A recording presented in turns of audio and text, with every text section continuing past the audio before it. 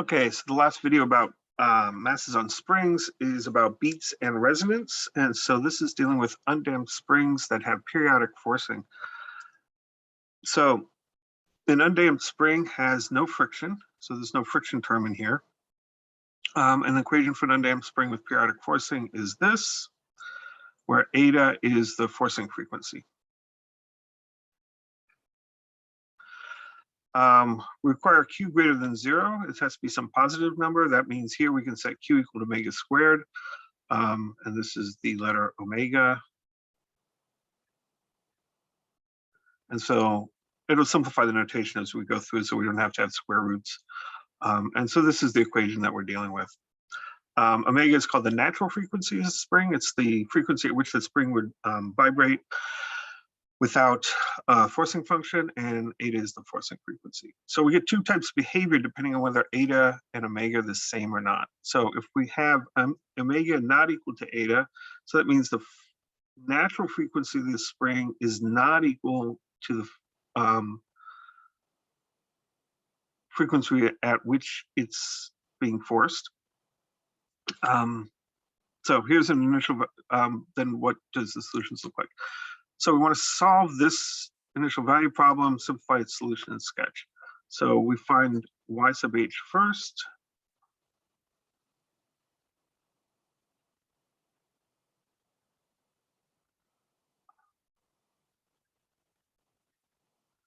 And our eigenvalues are plus or minus 10i.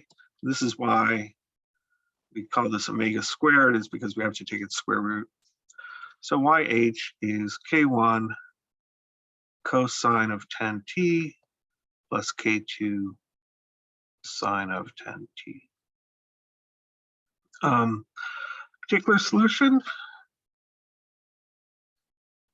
we guess yp of t equals to a cosine 30t plus b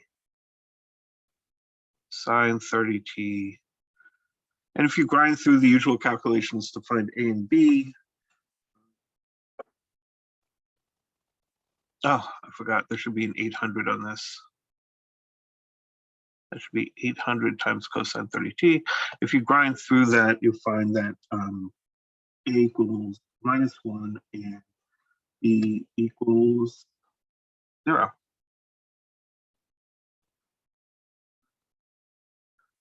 So our solution is particular solution plus a homogeneous solution. So that's going to be k1 cosine 10t plus k2 sine 10t minus cosine 30t. Great. So we can now set solve for a and b. No, solve for k1 and k2.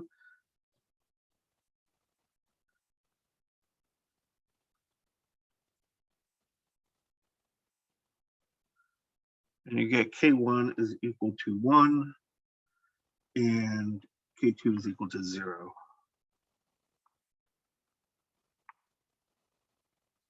And yeah, I did pick the numbers so that the trigonometry would work out nicely. There are trig ways to deal with more complicated things. But we end up with this. So if we have two cosines subtracted from each other, we have a trig identity to simplify this, which is cosine of x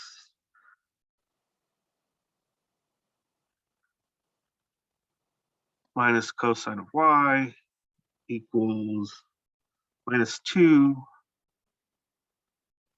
sine of 1/2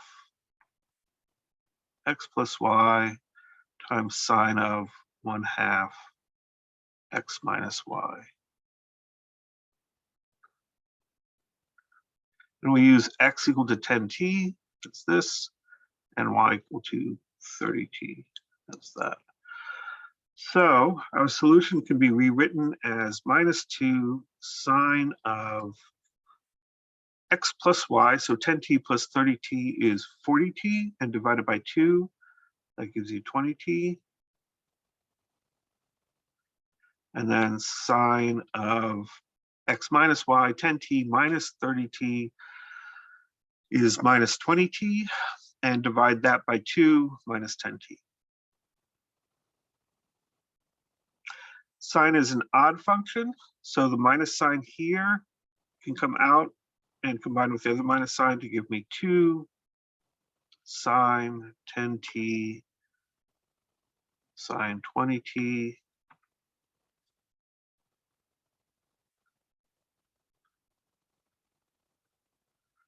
and being an odd function means that sine of minus theta equals minus sine of theta. And so this minus sign here can come out of the sign. So we get this function. And as we saw in the trigonometry video, we can graph this by using this as the amplitude. So what's the graph of this thing look like? You have an amplitude of 2 sine 10t.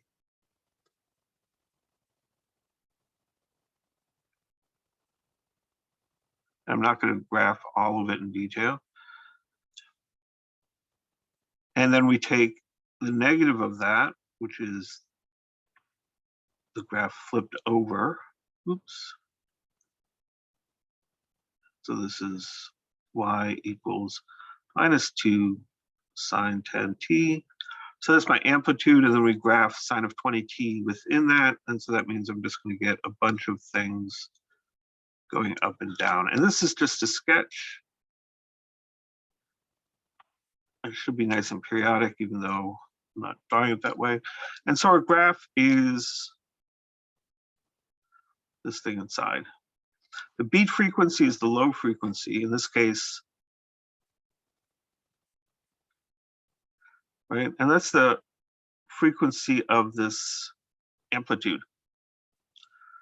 So if you have a spring that wants to, in this case, the spring wants to vibrate at a rate of 10, but you're forcing it at a rate of 30, those will sometimes reinforce and sometimes not. And so the behavior of the spring is to oscillate, and then when they are countering each other, sort of almost come to a stop, and then oscillate out again and come to a stop, and oscillate out again and come to a stop.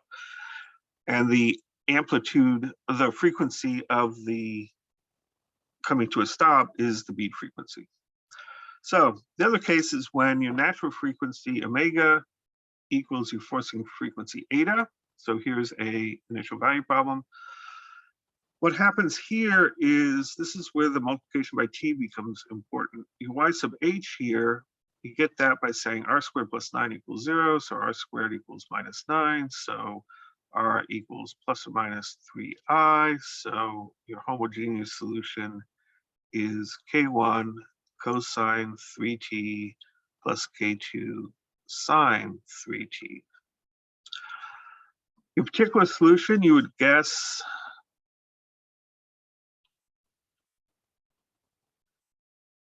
a cosine 3t, and I'm leaving a space there deliberately, be sine 3t. But this is the same thing as your homogeneous equation. And you can't repeat the homogeneous solution in your guess. So we have to multiply by a t. So there's the guess. Do the usual batch of calculations to figure out a and b, and you get a equals 0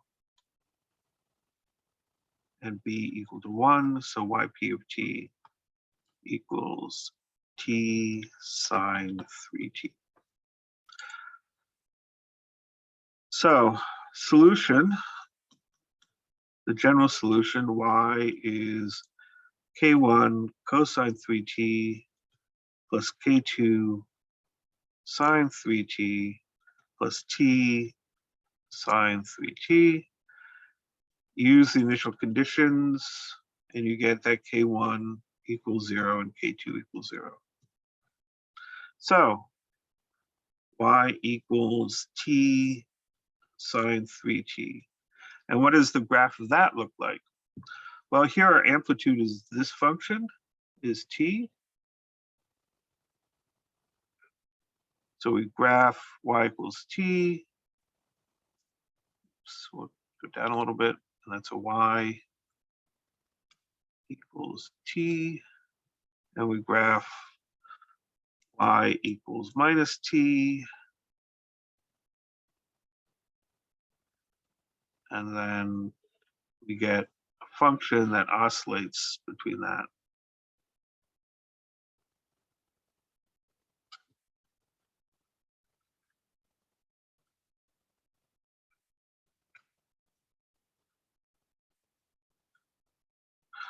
And this is called resonance, right? So if you have someone on a swing, the classic example is someone on a swing, you give them a little push, they swing out and they come back, and you give them a little push at the height there, and it just keeps, the swinging just gets bigger and bigger and bigger.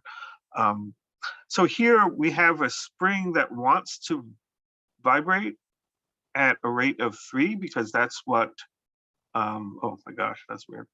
But the natural frequency here is 3, and you're forcing it at exactly that rate. So you're just pumping in energy at exactly the right time to just keep the entire swing going, and the amplitude gets bigger and bigger and bigger. And that's because of this multiplication by t in there. And so that's what resonance is. And resonance is a huge problem, right? If you have any kind of structural thing, right? If the structure wants to vibrate at the right,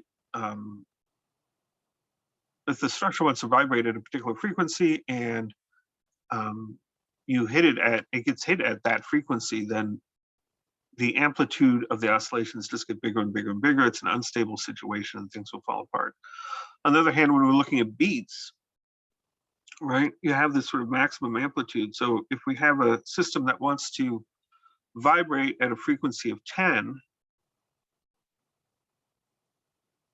and you are forcing it, omega equals 10, forcing it 80 equals 30, then the amplitude of the oscillations is bounded. In fact, the amplitude here is 2, is the maximum the amplitude ever gets.